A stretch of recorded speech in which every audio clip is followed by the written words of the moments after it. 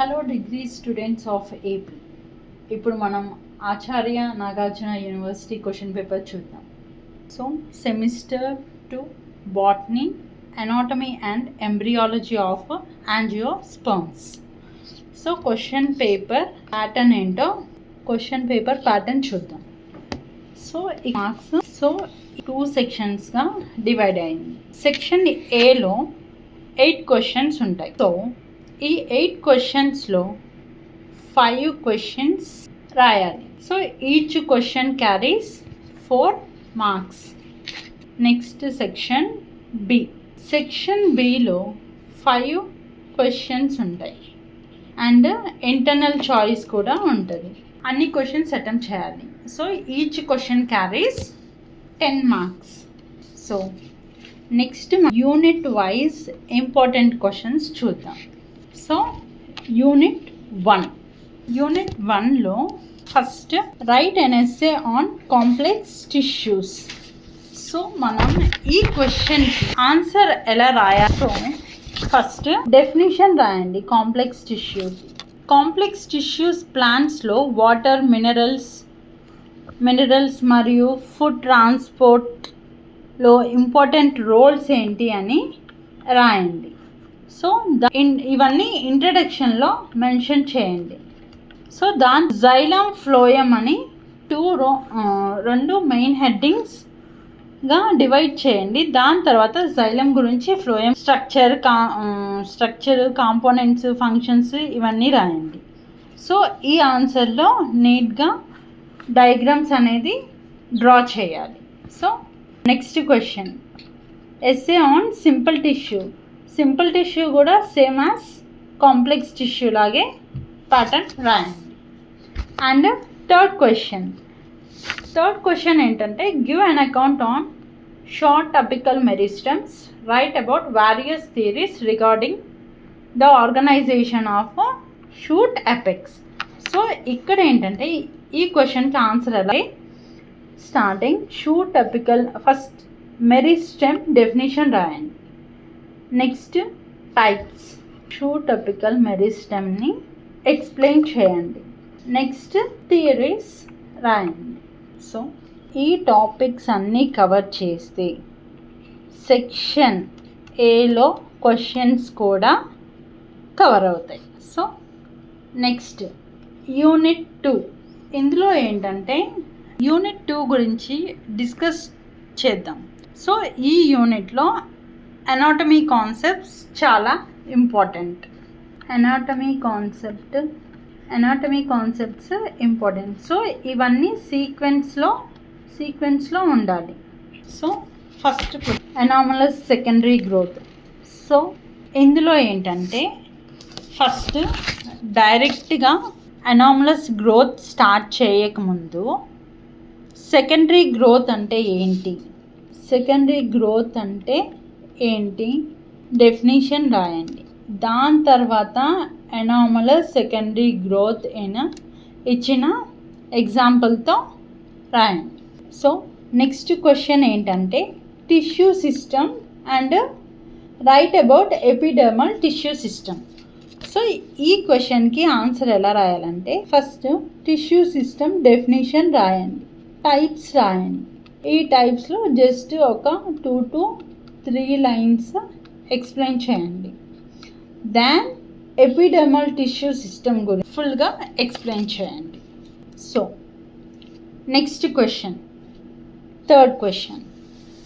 ఇక్కడ ఏంటంటే సేమ్ ఈ third question and first question same, but examples are different. And fourth question ఇక్కడ ఏంటంటే first definition of tissue system రాయాలి, then different types of tissue system యొక్క structure, functions రాయాలి. Fifth question describe in detail anatomical structure, properties and economic importance of teak, red sander and rosewood. ఇక్కడ ఏంటంటే ఈ question paragraph ఫార్మాట్లో కంటే table ఫార్మాట్లో రాయడం బెటర్. ఇక్కడ ఉన్న టాపిక్స్ అన్నీ కవర్ చేస్తే సెక్షన్ ఏ కూడా కవర్ అయ్యి. So next unit 3. ఇందులో first question, explain the development of male gametophyte in angiosperms. ఇక్కడ ఏంటంటే డైరెక్ట్గా క్వశ్చన్ స్టార్ట్ చేయకముందు మైక్రోస్పోర్ డెఫినేషన్ రాయండి. దాని తర్వాత మేల్ గ్యామిటోఫైట్ డెఫినేషన్ రాయండి. దాని తర్వాత యాంథర్ స్ట్రక్చర్ ఎక్స్ప్లెయిన్ చేయండి. సో అప్పుడు డెవలప్మెంట్ ప్రాసెస్ స్టార్ట్ చేయండి. దాని తర్వాత ఫ్లో చార్ట్ అనేది compulsory. So second, describe the classification of NPC system. First NPC system full form, then introduction, then classification in table.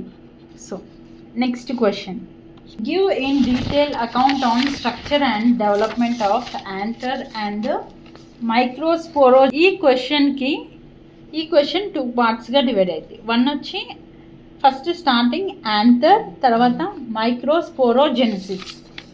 So ఇక్కడ ఏంటంటే ఫస్ట్ యాంథర్ యొక్క స్ట్రక్చర్ని explain చేయండి.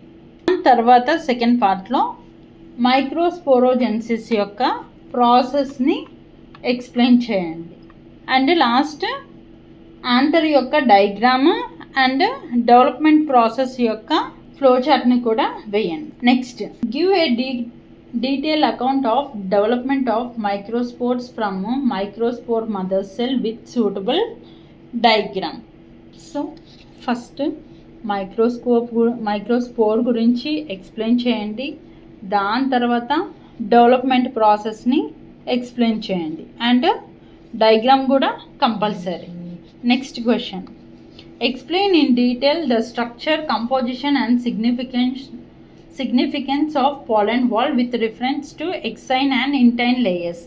సో ఇక్కడ ఏంటంటే ఫస్ట్ pollen wall గురించి రాయండి. pollen wall యొక్క స్ట్రక్చర్, కంపోజిషన్, సిగ్నిఫికెన్స్. సో ఇందులోనే ఈ ఎక్సైన్ అండ్ ఇంటైన్ లేయర్స్ గురించి డీటెయిల్డ్గా ఎక్స్ప్లెయిన్ చేయండి అండ్ డయాగ్రామ్ కూడా వేయండి. So next question, describe the process of pollen germination and discuss the factors affecting pollen viability and storage. So first pollen germination అంటే ఏంటి రాయండి అండ్ నెక్స్ట్ ప్రాసెస్ యొక్క pollen germination రాయండి. దాని తర్వాత factors affecting pollen viability, then storage రాయండి. So ఈ topics అన్నీ కవర్ చేస్తే సెక్షన్ ఏ కూడా కవర్ అయింది. So next unit 4. So unit 4లో ఫస్ట్ క్వశ్చన్ చూద్దాం. So give a brief account on development of various types of embryo sac. ఇక్కడ ఏంటంటే ఫస్ట్ డెఫినేషన్తో స్టార్ట్ చేయండి. తర్వాత megaspore mother cell formation, functional megaspore, functional 3 mitotic divisions మరియు 8 nucleate embryo sac ఫార్మేషన్ని కూడా సీక్వెన్స్లో ఎక్స్ప్లెయిన్ చేయండి. సో ఇక్కడ ఎంబ్రియో సాక్ యొక్క డయాగ్రామ్ కూడా వేయండి. So next question, explain the process of fertilisation in angiosperms. So ఈ క్వశ్చన్కి ఆన్సర్ ఎలా రాయాలి అని అంటే first fertilisation definition, then process start చేయండి. సో ఈ ప్రాసెస్లో డయాగ్రామ్ కూడా వేయండి. Next question, explain in detail structure of ovule and discuss different types of ovules found in angiosperms. So ఇక్కడ ఏంటంటే ఫస్ట్ ఓవ్యూల్ యొక్క డెఫినిషన్, తర్వాత స్ట్రక్చర్, దాని తర్వాత టైప్స్ ఆఫ్ ఓవ్యూల్స్ రాయండి and diagram compulsory. Next question, describe the process of megasporogenesis in angiosperms with suitable diagrams. ఇక్కడ ఏంటంటే first megasporogenesis definition, MMC formation, functional megaspore, complete developmental ప్రాసెస్ని రాయండి. తర్వాత డయాగ్రామ్ అనేది కంపల్సరీ. సో ఈ టాప్ కవర్ చేసినట్లయితే section ఏలో కూడా క్వశ్చన్స్ని మనము అటెంప్ట్ చేయొచ్చు. సో యూనిట్ 5 చూద్దాం. యూనిట్ 5లో first question development of dicot embryo. So first definition, introduction, దాని తర్వాత డెవలప్మెంటల్ ప్రాసెస్ ఏదైతే ఉందో అది diagram compulsory. So next write an essay on poly embryo. So ఇక్కడ ఏంటంటే ఫస్ట్ డెఫినిషన్, తర్వాత టైప్స్, తర్వాత causes, importance, last application. Next question write an essay on embryogeny in monocots. So ఈ క్వశ్చన్ ఎలా రాయాలంటే ఎంబ్రియోజెనీ, ఇంట్రడక్షన్, దాని తర్వాత స్క్రూటెల్లం, కోలియోప్టైలు, కోలియోరైజర్ డెవలప్మెంట్ ఎక్స్ప్లెయిన్ చేయండి. దాని తర్వాత మెచ్యూర్డ్ ఎంబ్రియో డయాగ్రామ్ అనేది కంపల్సరీ. సో ఈ టాపిక్స్ అన్నీ కవర్ చేస్తే సెక్షన్ ఏ కూడా అటెంప్ట్ చేయొచ్చు. సో ఈ ఇన్ఫర్మేషన్ మొత్తం మీకు కావాలంటే సి యాప్ డౌన్లోడ్ చేసుకోండి.